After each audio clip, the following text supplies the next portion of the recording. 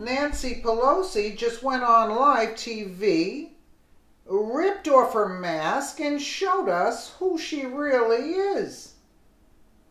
It's another wicked witch of the West Coast. Nancy Pelosi is, and the rest of the Democratic Party are nothing but obstructionists.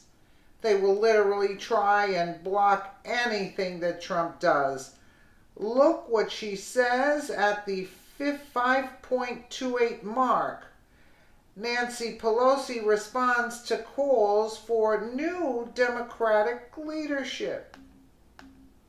House Minority Leader Nancy Pelosi became a member of Congress through a special election 30 years ago. She has led House Democrats for the last 14 years, including a stint as the first female speaker. But the Democratic Party's losing streak in recent special elections prompted some House colleagues to question her leadership.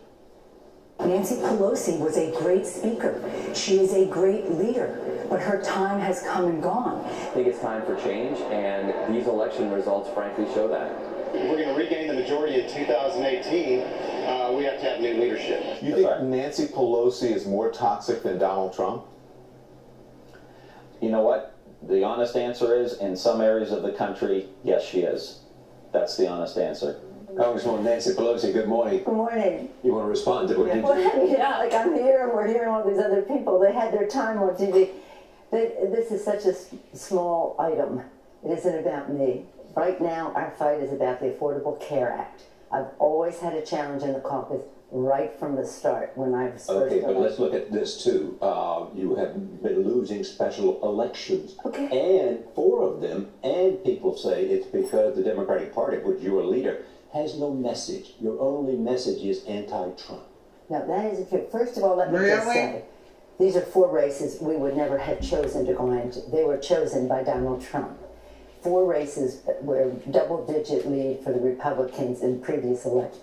We picked up 70 points, 25 in one race, 15, 20, like that in the 4 races. The people in those states are very happy because we pushed the Republicans very far back. Me, I like to win. Right.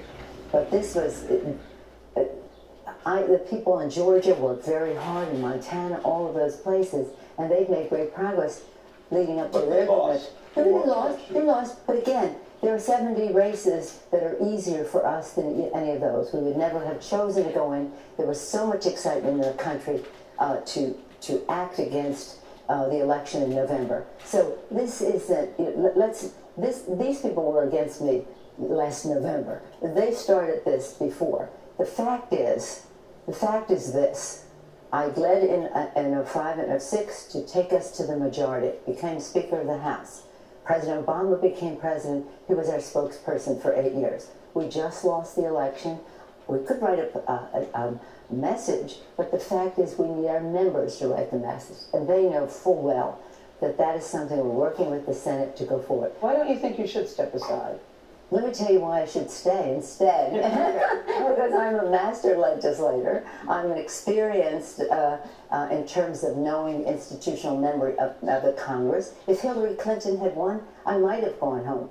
But with Donald Trump in the White House, with a Republican majority in both houses, no way. After President Trump won, President Obama came out. I remember being at the White House, and he said Democrats are characterized as coastal, liberal, latte-sipping, politically correct, out-of-touch folks. We have to be in those communities. How do you do that in 2018? When he was just president for 8 years, I don't think he was describing himself in that way. He was describing the challenge you have in 2018. Well, we always have a challenge, and that is, again, I take it back to the Affordable Care Act. So many people benefited from it.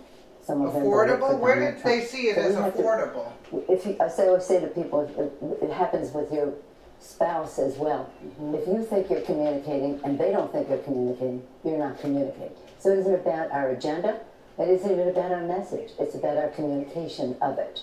And right now, this week, we're in a fight for our lives and the lives of many people in our country because we must defeat what is going on in the Senate. You said you're a master legislator. Let's see your sense of where the Congress is. What kind of bill will come out of the Senate? And we know that. Will the president and will the Republicans get enough votes in the Senate to pass it? I don't think anybody knows that right now. Maybe Mitch McConnell does. But right now, at this moment on Monday, we haven't seen the CBO report yet. We do know that the many more people, millions, hundreds of thousands of people will die if this bill passes. But you don't think there's room to fix this legislation? You're saying out of hand. No, let me be very clear. Thank you for that question. The Affordable Care Act, we can work together to... Republicans and Democrats can fix it. Absolutely. And that's what we had hoped that President Trump would want to do from the start, instead of sabotaging it. Some of the ills of it are because of the Republicans when they took power, not renewing some of the things that were in there. And any bill that is passed, you see implementation and you know how you can improve it. But these bills, systemically, structurally, they are very, very harmful to the American people. They will raise costs with fewer benefits, have an age tax. If you're 50, nobody here, of course, 50 to 64, they will undermine Medicare. They will throw millions of people, tens of millions of people off. Is there anything that you see in the Republican bill, though, that you think that you all can work with, that you can sit down, nothing, and willing to work with? No, it's not a question of willing. Structurally, this undermines Medicare in the long run. This is so essential. So if this bill passes and goes back to the House, can it pass in the House? It depends on how, see, right now they're going to the right in order to pick up votes. And if they pick up votes on the right, then they may lose the moderate votes that they got in the House. It's just great to have you here. It's my pleasure to be here, and we have to have people write their senators, write their congresspeople. And you're not going anywhere. Well, I stay at the pleasure of my caucus, and I'm very pleased with the support that I have from them. Thank you for joining us. My pleasure. Congresswoman Nancy Pelosi. She's so out of touch, this woman. That pretty much spells out the end of the Democratic Party right there. Nancy Pelosi will not even try to work with President Trump at all. It's disgusting. The Democrats have now turned into obstructionists.